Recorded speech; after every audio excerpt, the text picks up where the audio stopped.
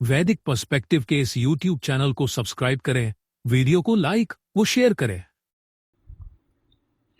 ओम प्रभो यह वम पुरूणाम विषाम देवयतीनाम अग्निम सूक्ते भी है वोचे भी है ईमहे यम सीम इत अन्ये ईडते। प्रकृष्ट रूपेण मांग करते हैं तुमसे यह की अनेकों प्रजाओं के देवों का अनुगमन करने वाले की अग्नि की सूक्त वचनों द्वारा, जिसका सर्वथा ही अन्य उपासना करता है।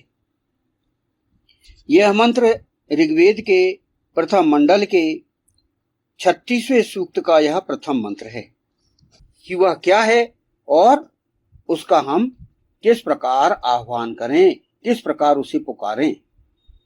क्योंकि जब भी हमें कुछ दुख होता है तो हम उसे ही पुकारते हैं, अतः हम सुख में भी उसका स्मरण करें।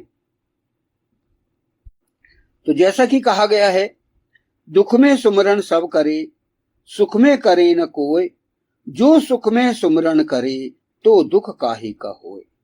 अतः प्रकृष्ट रूपेण का अर्थ यही है, आप सुख में भी दुख में भी और हर समय 24 घंटे 24/7 कहा जाता है, तो आप हर समय उस ईश्वर की, ईशान परमात्मा की याद करते रहें और उसकी महत्ता अपने मस्तिष्क में बसाएं।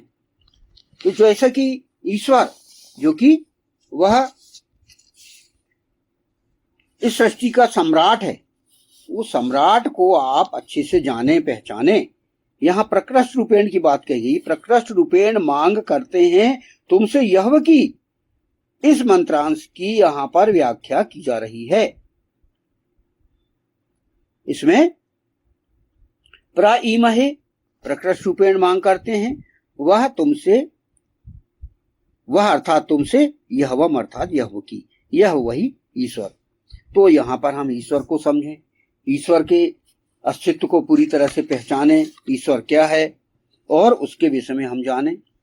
जैसे कि कई बार पिछले मंत्रों में भी, हमारे इस वैदिक पर्सपेक्टिव के मंत्रों में भी उसके बारे में बताया गया है। ईश्वर के प्रमाण तो व्यक्ति यदि गहराई से सोचे समझे तो वह हमारे सामने प्रत्यक्ष रूप से दिखाई देता है। तो ईश्वर के प्रमाण प्रमुख रूप से ये हमारे सामने हम कुछ प्रस्तुत करते हैं। जैसे पहला है सृष्टि का प्रमाण। तो ईश्वर है, इसका सबसे बड़ा प्रमाण हमें क्या मिलता है? ये सृष्टि जो दिख रही हमें, क्रिएशन अरेंजमेंट, यह संसार, यह दुनिया, प्रकृति, ग्रह, नक्षत्र, शरीर की जटिल रचना अपने आप ही यह जो है उदाहरण है। सूर्य, उसके आसपास चक्कर लगाने वाले ग्रह, नक्षत्र, तारे, सौरमंडल, निहारिका, निहारिकांतर, पूरी गैलेक्सी, यह हमारे लिए एक आश्चर्य का विषय बना हुआ है। यह हमारे लिए, हमारी आंखों के सामने यह प्रत्यक्ष है। और हमारे शरीर की जटिल रचना, हम हमारे शरीर को ही देखें, हमारे शरीर में कितनी विशेषताएं हैं। हमारा मस्तिष्क ही आप देखिए कि हम हमारे मस्तिष्क का सिर्फ 4-5% ही पूरे जीवन में हम इसका उपयोग ले पाते हैं।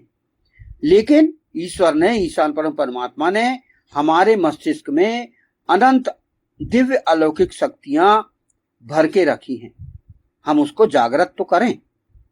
हम अपने कुंडलिनी जागरण, सप्त चक्र सब हम जागृत कर सकते हैं। हमारा आभा मंडल हम तैयार कर सकते हैं। तो हम अपने आप में स्वयं विशेषता है।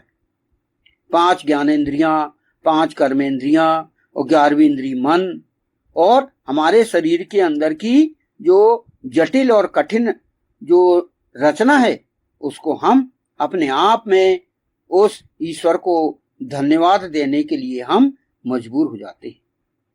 हमारे अंदर जो सक्रियता है, हमारे अंदर जो जीवन है, हमारे अंदर जो मन है, हमारे अंदर जो दिल है, हमारे अंदर जो आत्मा है, वह हम स्वयं सोचें कि हम कितने स्वयं अपने आप में विशेष व्यक्ति हैं। तो यह हम अपने आप में एक उसका धन्यवाद दें और उसके हम जो अंश हैं, ईश्वर अंश जीव अविनाशी कहा गया है, उस अंश को अपने आप को पहचानें, बाहर से देखें अपने आप को, अंदर से देखें और अपने शरीर को सुरक्षित रखें और हम अपने आप को एक अलौकिक और दिव्य शक्ति बनने का प्रयास करें।